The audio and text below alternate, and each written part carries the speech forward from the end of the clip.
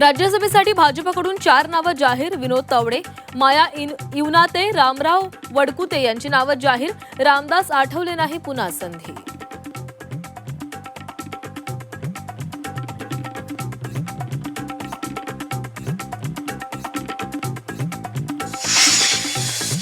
राज्यसभेबाबत दोन्ही आघाड्यांचं weight and watch. पवारांच्या उमेदवारीवरून मवियात एकमत नाही.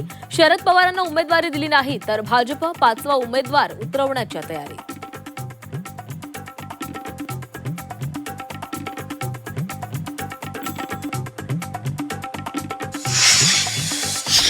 महापालिका निवडणुकीनंतर ठाकरे बंधूंमध्ये दुरावा वाढल्याची चर्चा.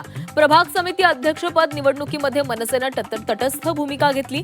मनसेच्या भूमिकेमुळे शिवसेना उद्धव बाळासाहेब ठाकरे पक्षाला फटका बसण्याचीही शक्यता. मैं किसी भी मोड से शुरुआत कर सकती हूं. माजी खासदार नवनीत राणा यांचं स्टेटस चर्चेत. राज्यसभा उमेदवारी न मिळाल्यानं नवनीत राणा नाराज असल्याची चर्चा.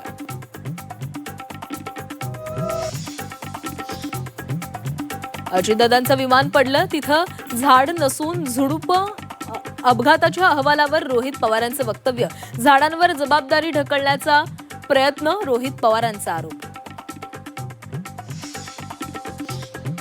इस्रायल इराण युद्धाच्या पार्श्वभूमीवर पेट्रोलचा साठा संपणार असल्याची अफवा. पेट्रोल पंपांवर नागरिकांची गर्दी. परभणी, हिंगोली, नांदेड, संभाजीनगरमध्ये पेट्रोल भरण्यासाठी नागरिकांच्या रांगा. इराणच्या IRGCची अमेरिकेला धमकी. बहरीनमधील अमेरिकन तळ इराणच्या टार्गेटवर, 10 ठिकाणं टार्गेटवर असल्याची माहिती.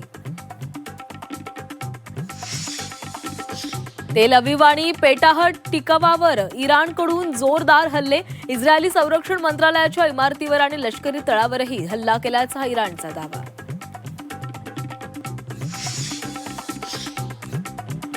इस्रायलकडून इराणच्या तेहरान, मेहराबाद विमानतळावर हल्ला. हल्ल्यामुळे विमानतळावर भीषण आग.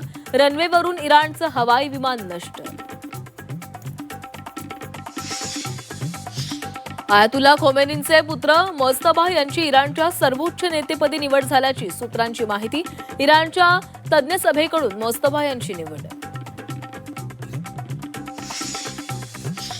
इराणमधील शाळेवर ड्रोन हल्ला. अमेरिका इस्रायलनं केलेल्या हल्ल्यामध्ये 165 मुलींचा मृत्यू तर मृत मुलींवर सामूहिक अंत्यसंस्कार. युद्धामुळे देशामध्ये महागाईची झळ. युद्धामुळे खाद्यतेलांच्या किमती वाढल्या. खाद्यतेल प्रति लिटर 3 ते 4 रुपयांनी महागलं.